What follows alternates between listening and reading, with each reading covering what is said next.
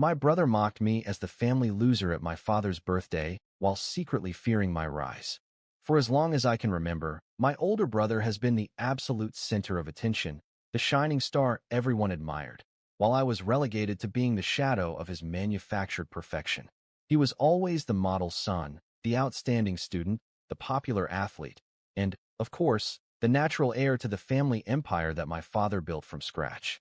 His presence lit up any room, not because he had a light of his own, but because he took it upon himself to extinguish everyone else's, especially mine.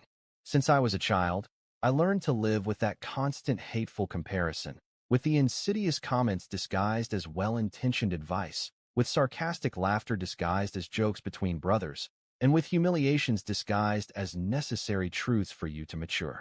He was the undisputed favorite of the family, the one who was never wrong, the one who never received a scolding even if he ruined something, and the one who, no matter what I did, was always above me, because he simply was him. For years, I silently accumulated a mixture of rage, helplessness, sadness, and resignation, because I understood that in that house, no matter how hard I tried, I would always be second, the accessory, the loser. And he took advantage of that narrative, nurtured it, reinforced it, and turned it into a public spectacle every time he had the chance.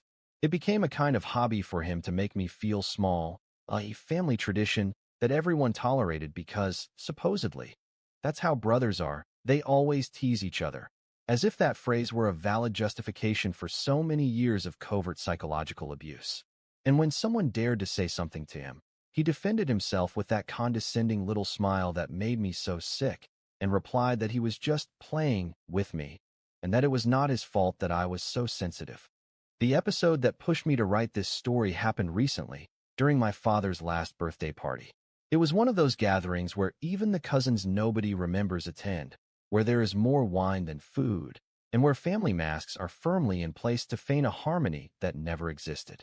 At first, everything went as usual, my brother hogging the attention, telling embellished stories about his travels, his investments, his new business projects, and the women who, according to him, would not stop writing to him. Each anecdote was accompanied by forced laughter and complicit nods from relatives who seemed programmed to surrender to his charm.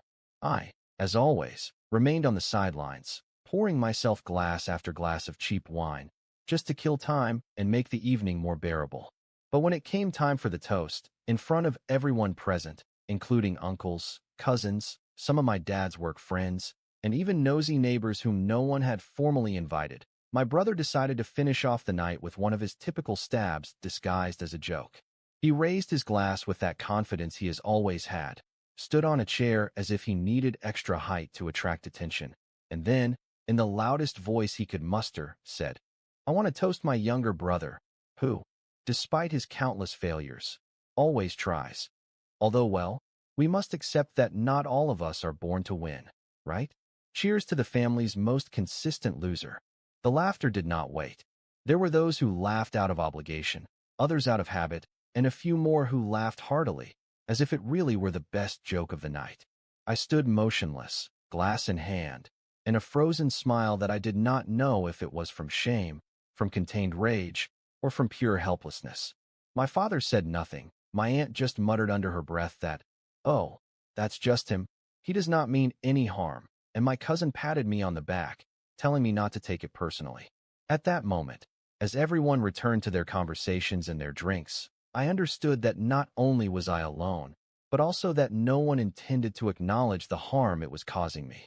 But something in me changed that night, because what my brother did not know, what no one knew, is that my father had been very ill in recent years, and that in the midst of that illness, we had many private conversations where he opened up in a way I never imagined.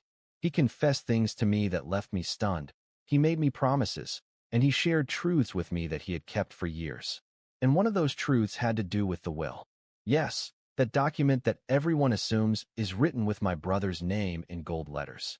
What they did not know, what my brother never imagined while he mocked me that night, laughing so freely, is that my father, before dying, decided to do justice in his own way. What he left in writing will not only change the distribution of the family estate, but it will also change everyone's perception of me. Since that night, I have been patiently waiting for the official reading of the will, because I know what is coming, I know what awaits him, and this time, when he lets out a laugh, it will be because he is trying to cover up his crying. Update 1. A little over a week has passed since that public humiliation during my father's birthday.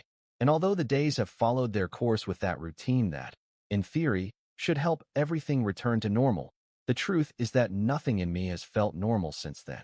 Not because I have been trapped in the pain of that moment, although it did hurt more than I am willing to admit out loud, but because I now carry the certainty of what is coming. And that certainty is not just a consolation. It is a fire that keeps me alert, a kind of silent engine that transforms every memory of mockery and contempt into one more reason not to give in, not to forget, not to forgive. Since my father passed away 6 months ago, many things in the family dynamic have changed, but nothing has been as evident as the way in which my brother assumed his supposed role as natural successor. He settled into the main office of the company without even consulting anyone, started making administrative decisions as if he had a deed in his hands, and spoke in front of the employees as if he were the new designated patriarch. Most, out of fear or habit, played along. The rest, those who knew a little more about the internal decisions that my father had made before he died, opted for prudent silence, the kind that is only broken when the documents speak for themselves. What few know, and what my brother completely ignores, is that a week before my father died, he summoned me alone to his house. It was one of those afternoons when the illness had him so weak that he could barely get up from the sofa, but he still insisted that it be me. I thought it would be one of those farewell conversations, perhaps some emotional letter or belated advice, but no. That day, my father, with a lucidity that contrasted with the fragility of his body, handed me a folder. He told me, in a low and firm voice, that there was the draft of the will, and that, although the official document was already in the hands of his lawyer, he wanted me to know in advance what he had decided. He asked me not to talk about it with anyone until the right time came. And above all, he asked me not to let myself be manipulated or pressured, because when things came to light, they would try to make me doubt. That folder has been kept in my desk all this time. I have not opened it again, not out of fear, but because I do not need to reread it to remember what it says. I know perfectly well how my father decided to divide his assets, how he stipulated control of the company, and what conditions he imposed so that his legacy would not be left in the hands of someone who would dishonor it with his arrogance. And although I cannot yet reveal the exact details, what I can say is that my brother is going to get a surprise that will break him in two. Not because he will be left with nothing, but because, for the first time in his life, he will not have absolute control over something. These last few days, I have had to see his face at family gatherings, at casual lunches where he shows up as if nothing had happened. He talks to me with that usual condescension, as if I were a decorative accessory in his success narrative. He even dared to make fun of me again, although in a more contained tone, perhaps because he noticed something different in my attitude. He said to me, while pouring himself a glass of wine at our aunt's house, "So you're still working that office job? I'm surprised you have not given up yet. Although, well, I suppose you're already used to being life's second course." I did not answer, not because I had nothing to say, but because I learned that there are silences more effective than any insult. The family lawyer contacted me yesterday. He told me that the final validation process of the will is about to conclude, and that in a matter of days he will summon the heirs for the formal reading of the document. He did not give me an exact date, but his tone made it clear to me that the moment is approaching. I asked him if it was true that my father had included specific conditions regarding the company and the assets, and although he did not explicitly confirm anything to me, his prolonged silence and his way of changing the subject said it all. My father knew what he was doing. He knew that if he left everything as expected, my brother would not hesitate to destroy it or use it to continue stepping on others. Meanwhile, I continue working as always. I continue waking up at 6 in the morning, drinking instant coffee because I do not like the gourmet coffee that my brother likes so much, and I continue taking public transportation while he rides around in the luxury truck that Dad bought him years ago. I have not changed anything about my routine, not because I am resigned to it, but because I want everything to remain the same until the change comes suddenly, brutally, irreversibly. I want my brother to live these days with the illusion that everything is in its place, so that the contrast with what will be revealed is even more devastating. Because this time, Unlike all the previous ones, I am not going to stand still while he laughs. This time, when he learns the truth, there will be no toast, no laughter, no pats on the back. There will only be silence and tears hiss. Update 2. Almost 2 weeks have passed since the lawyer called me to tell me that the will was almost ready to be revealed, and finally, just 3 days ago, I received the confirmation I had been waiting for since the day we buried my father. The official reading will take place this Wednesday, in his usual office, with the only two heirs summoned, that is, my brother and me.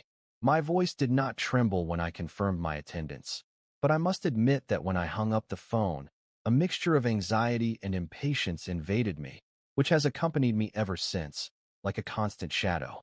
It is as if my body knows that something irreversible is about to happen, something I have waited for years, but which I still cannot fully control. It is inevitable that memories accumulate now, more strongly than ever. I remember the first time my brother called me a loser with real contempt, without any disguise of irony or sarcasm. We were 14 and 17 years old, respectively. It was after I lost a school chess tournament, something I had been preparing for months. I approached him looking for some comfort, or even a brotherly gesture, and all he said was that it was clear that I could not even be good at something as boring as chess. Seriously, you should find yourself a hobby that does not require a brain. Then he started laughing with some friends, and the worst thing was not the comment itself, but how everyone joined in that mockery, as if it were something natural. Since then, every attempt of mine to stand out was ridiculed in some way. When I studied business administration at a public university, he said it was a career for mediocre people without imagination. When I got my first job in a modest office, he said it was a step towards becoming a wage slave for life. Every decision of mine was minimized, ridiculed, or rejected as insufficient. And the saddest thing is that many in the family allowed it, some out of fear, others out of convenience, but all, in one way or another, were silent accomplices to his contempt for me. This week, however, he has behaved in a curiously different way, not because he has changed his attitude, but because he is completely convinced that Wednesday will seal his consecration as the new king of the family. He has walked around the central office with that usual arrogance, talking about future plans and making suggestions as if he were already the CEO of the whole business. I found out, from a secretary who still has some respect for me, that he even had his office redesigned and is negotiating a new contract for the headquarters parking lot. He also asked for quotes to renovate the boardroom, and even suggested, half-jokingly, that he was going to turn my father's old study into his private restroom. He said that, finally, that space will be useful and will not just be a sanctuary of useless nostalgia.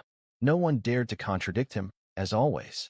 And while he continues to strut around, thinking he is the center of the universe, I have preferred to stay on the sidelines, not out of fear, but because I firmly believe that things, when they are well planned, do not need to be announced loudly.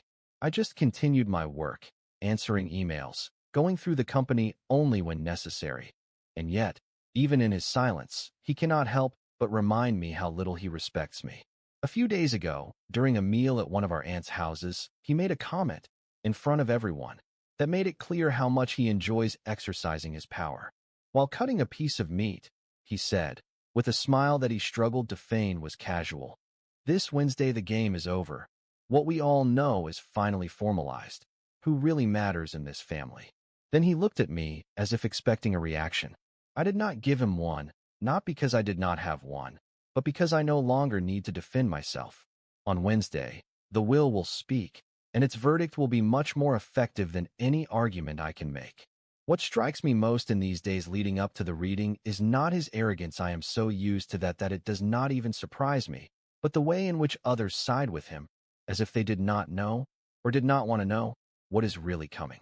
My cousin, for example, told me that she hoped there would be no drama at the meeting and that I would accept whatever comes without resentment. Her comment seemed to me a veiled warning, as if she knew that something might not turn out as everyone expects, but she would rather make sure that I was the one who kept quiet. Even an old partner of my father's wrote to me to ask for serenity at this delicate moment. I wonder if my brother has also been asked the same thing, or if everyone assumes that he has the automatic right to prevail, even when he has done nothing to deserve it. What no one knows is that my father, with his will, not only left a material inheritance, but also left a lesson. He did not want his legacy to serve to reinforce old abuses or to feed oversized egos. On the contrary, he wanted, at least once, for things to be done justly.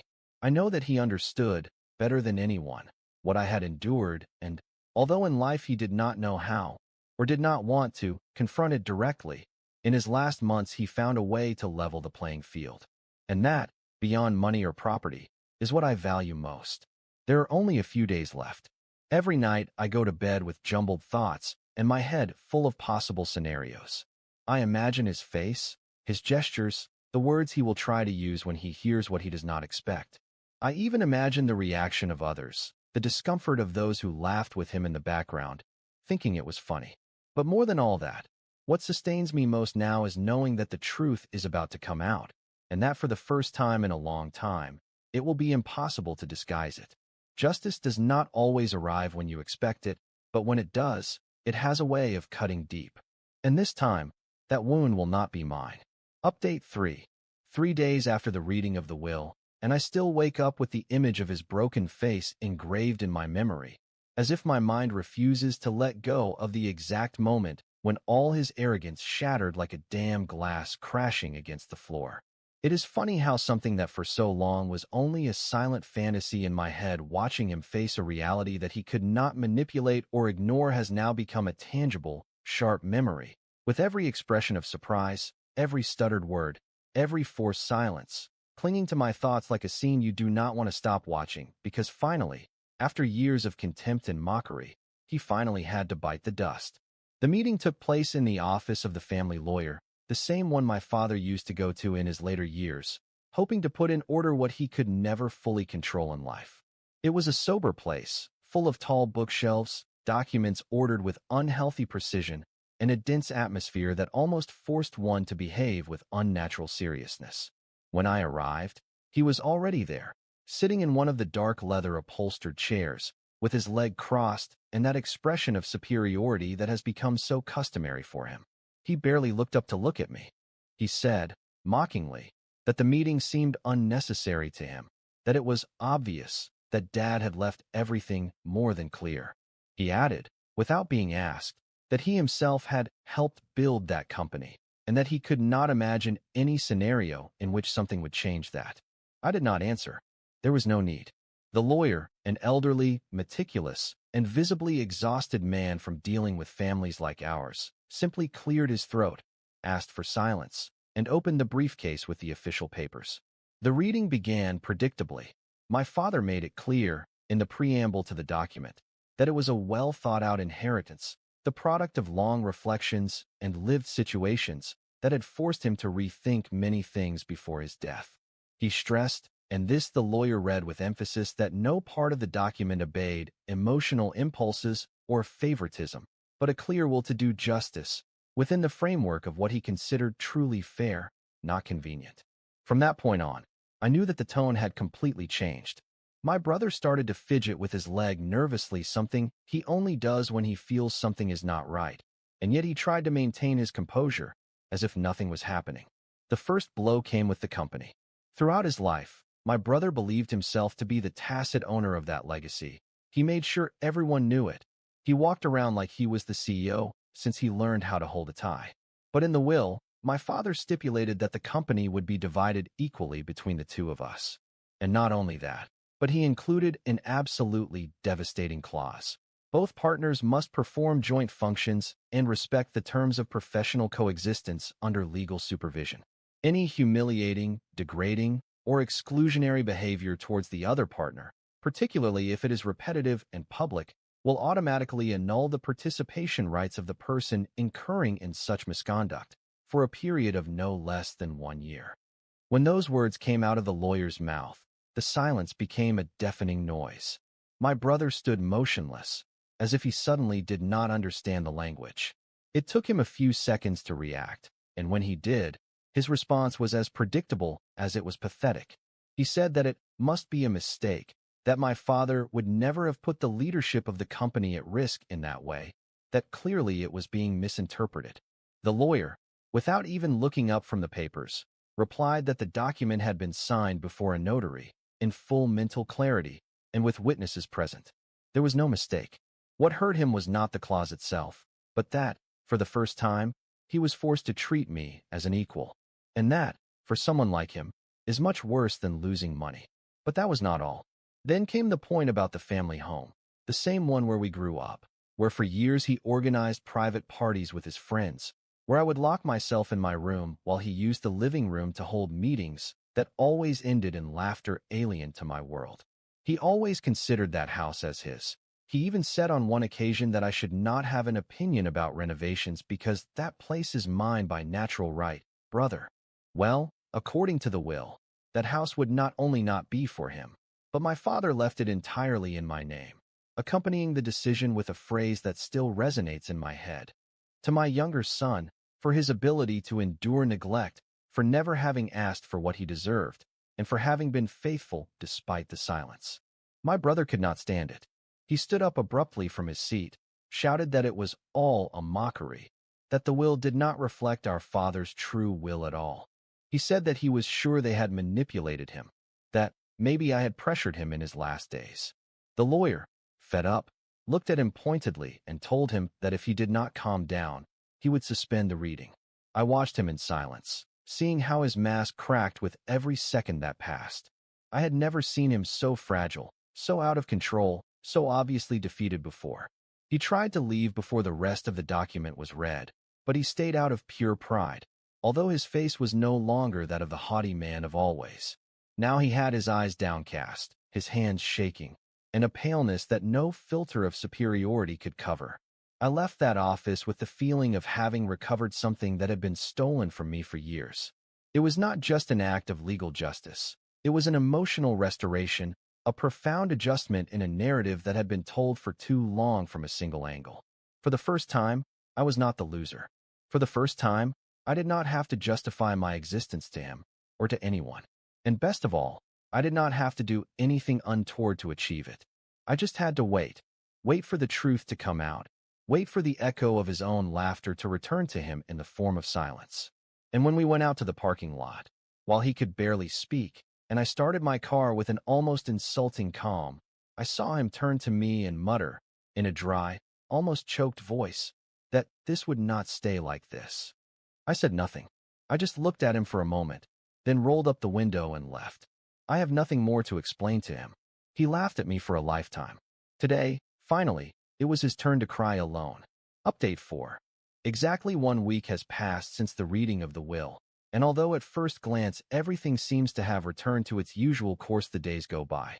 The phones ring, the emails are answered, and the traffic in the city is still as unbearable as ever. The truth is that beneath that apparent normality there is a dense tension, a kind of static electricity that you can feel in the atmosphere, especially in the company office, where now, by legal provision, my brother and I must share the leadership. The irony of all this is that for years he took it upon himself to repeat, in front of anyone who would listen, that things are earned with effort, not with pity. But now he is the one who depends on me not to lose everything. He is the one who has to be careful with his own words and every condescending gesture if he wants to maintain his active participation in the company. The world, unfortunately for him, finally stopped revolving around him. Since the will was read, he has tried to contact me on more than one occasion. At first, they were cold messages, written with that passive-aggressive tone that he likes to use so much to disguise his demands as cordiality. He asked me to meet as adults, to talk about how we were going to manage the company from now on, as if we were suddenly two rational, equal executives with common goals. In his head, he surely thought that he could still exercise some kind of control over me, that a face-to-face conversation would be enough to make me see reason, as he tried to do so many times when we were children, and he decided what I could and could not say, what was funny and what was embarrassing, what deserved to be celebrated and what should be hidden. But this time, I did not answer him immediately, not out of fear or confusion, but because I no longer had to run after his validation or allow him to set the pace of any interaction. This time, I set the conditions. When I finally agreed to see him, it was in the office, in the presence of 2 witnesses from the legal department who, on the recommendation of the family lawyer, would be present every time we had to discuss something important. My brother arrived with a frown and a folder in his hand that supposedly contained a proposal for restructuring roles, where, of course, he appeared as the visible head of the project, and I as a strategic partner, a vague and ambiguous title that clearly intended to relegate me to the background. I sat across from him, without touching the folder, and let him talk for almost 20 minutes. He tried to sound professional, almost conciliatory, but he could not help but let that tone of superiority, which has always been his personal signature, escape him. He said that the most sensible thing was for me to delegate the functions of main spokesperson to him, and that I should concentrate on less exposed areas, such as human resources or internal finance. He concluded by saying that this way, we could avoid public misunderstandings that could affect the image of the company. I looked at him fixedly, without a hint of emotion, and asked him if he really thought he could continue to take me for a fool after everything that had happened. I reminded him, with a calmness that bothered him more than any shouting, that the will was clear, that there was no hierarchy between us, and that any attempt to impose a subordinate role on me could be considered a violation of the coexistence clause stipulated by our father. I told him that, for my part, I was willing to work together if he learned to behave like a decent human being, and not like the arrogant imbecile who had spent years thinking he was the son of this family. He did not raise his voice, but the rage in his eyes was noticeable. He closed the folder tightly and, after a tense silence, said that he was not going to kneel to keep something he had earned alone, to which I replied, without changing my tone, that if he really believed that, then he had nothing to fear, as long as he behaved like a civilized person. Since then, the meetings have been a parade of uncomfortable silences, forced gestures, and smiles that do not reach the eyes. The company staff notices it, feels it, and although no one says anything openly, it is clear that there is a before and after. Some employees have begun to address me with more respect, even with a certain sympathy that they did not dare to show before. It is as if the revelation of the will had opened a floodgate that many no longer want to close. Finally, there is room to recognize that I too have a voice, that I too have capacity, that I too deserve to be in that place. In parallel, I returned to the house that now belongs to me by right. I did not do it theatrically or to rub anything in anyone's face. I did it because I needed to reconnect with that space from a different place, no longer as the uncomfortable guest who occupied a borrowed room, but as the rightful owner of every corner. I walked through the halls that I had walked so many times feeling invisible, and for the first time in a long time I stopped in my father's study, that place where games and shouting were never allowed, but where he and I shared our last conversations. I sat in his old leather armchair, opened the bottom drawer of the desk, and there, as if waiting for me, I found the letter he had left me months ago, the same one I never wanted to read before everything was legally resolved.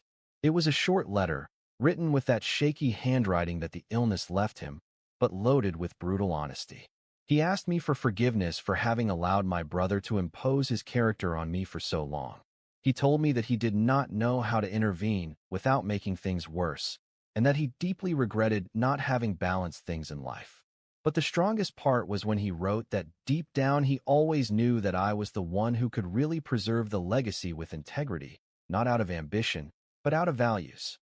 I read that sentence 3 times in a row. I stayed there, with the letter in my hands, and for the first time since all this began, I allowed myself to cry. Not out of sadness, but out of relief, because after so many years of silence, someone had finally told me that I mattered too. Outside, in the street, life continued its course. People walking, cars honking, vendors shouting promotions from dusty corners. But inside, in that house that is no longer a symbol of defeat, but of vindication, everything had changed. And although I know this is not over, that my brother will continue trying to regain control, that he will move between veiled threats and legal maneuvers to twist what he can no longer change, I am prepared. This time, I will not back down. This time, I will not let anyone take away what I earned with so much silence. Final update. 1 month has passed since that afternoon when the will was read, and my brother, for the first time in his life, was forced to face a reality that he could not control, manipulate, or rewrite at will. In this time, more things have happened than I would have anticipated. Although if I have learned anything from all this experience, it is that when someone like him loses the superiority that sustained him for so many years, his true nature comes to the surface, and it does not take long for him to try to recover by force what no longer belongs to him by right. The first few days after our tense meeting in the office were relatively calm, suspiciously calm. My brother adopted a seemingly conciliatory stance, with a much more measured tone than usual, as if he suddenly understood the rules of the game and was willing to respect them. He arrived on time for meetings, refrained from making sarcastic comments, and even practiced a smile that, although fake, was at least not offensive. But I know him too well to believe that his silence was resignation. No, he does not know how to lose. He does not understand what it means to give in, and much less does he accept that his younger brother, to whom he dedicated decades of mockery, has been recognized as his equal. His pride does not allow it. His ego devours him from within, and that initial calm was nothing more than the prologue to what was to come. One morning, I received a call from the family lawyer. His tone was serious, but not alarming. He informed me that my brother had filed a request to review the will, arguing possible emotional manipulation in the last months of the testator's life. I was not surprised. I expected it. It was only a matter of time before he resorted to the tools he has always used: insinuation, doubt, the attempt to discredit the other without getting his hands too dirty. Of course, the request was rejected almost immediately. My father had signed everything in full lucidity, with witnesses present, and the documents were ironclad. However, the fact that he tried made it clear to me that he would not stop there. Days later, I received an email from a generic account linked to one of his former legal advisors. The tone was subtle, disguised as friendly advice. It said something like, "Given the tense atmosphere between the brothers, it would be prudent to consider a private agreement for the temporary transfer of powers to guarantee the stability of the company." I did not need to be a legal expert to understand what it meant. They wanted me to sign a document giving him absolute control for an indefinite period, with a return clause so ambiguous that, in practice, I would become a figurehead. I replied with a single line: "I will not sign anything that I have not drafted myself, and that does not undergo a full external review." Since then, they have not written to me again. But what really sealed this last act of revenge was not any direct fight, any threat, or any scandal. It was something much more subtle, more elegant, and at the same time infinitely more devastating for him. My decision to make public, within the company, an official summary of the new corporate provisions, with a certified copy of the will, the reading certificate, and a brief personal message addressed to the team. In that message, I wrote, word for word, that from now on the company will be run by both heirs, on equal terms, as stipulated by the founder, and that any conduct that interferes with that equity will be considered a serious offense. No threats, no insults, just facts, documented, signed, and distributed to each department. When that message reached the entire team, their reaction was immediate. Some of the older employees, who had seen my brother grow up with that untouchable arrogance, began to change their treatment of me. There was no longer that passive indifference. They no longer simply ignored me in important decisions. They began to consult me, to ask me about logistical issues, even to congratulate me on the new stage. What for me was a simple administrative act, for him it was a public humiliation that he could not control. I heard from an assistant who is still loyal to him that when he received the email, he threw it against the wall and then spent half an hour locked in his office without speaking to anyone. The irony is that I have not done anything that he has not brought upon himself. I have not lied. I have not manipulated. I have not usurped anything. I simply exercised my right to occupy the space that belonged to me for years, and that he took it upon himself to deny me with contempt. And now that I have it, I do not intend to give it up. That is why, when he wrote to me a week ago asking me to meet him privately to discuss an amicable solution to all this misunderstanding, I did not reply, because I no longer have any interest in negotiating with someone who only knows how to talk when he is losing. I am not going to fall into the trap of giving in out of nostalgia, guilt, or a false idea of reconciliation. He taught me, with every taunt, with every laugh at my expense, that in this family there is no room for naivete. Today, for the first time in my adult life, I feel at peace. Not because I have destroyed him, that was not my goal, but because I no longer need his approval, his recognition, his presence, all that is behind me. The family home is now my refuge. I made some simple renovations, painted the walls of my old room, recovered forgotten books from the study, and started writing about all of this, not to share it with anyone else, but as a way of understanding how much I denied myself for years to fit into a mold that he had designed to make me feel inferior. I do not know what will happen to him. I do not know if he will adapt to this new reality, if he will find a way to reinvent himself without stepping on others, or if he will end up bitter for having lost something that he believed was his by divine right. It is not up to me to resolve that. What I do know is that I can finally look back without anger, without guilt, and without fear, and I can look forward with the certainty that although justice does not always come when you expect it, when it finally arrives, it changes everything. Because sometimes revenge is not a shout, a blow, or a punishment. Sometimes, true revenge is the silence with which one sits in the place that was denied to them for years and never moves.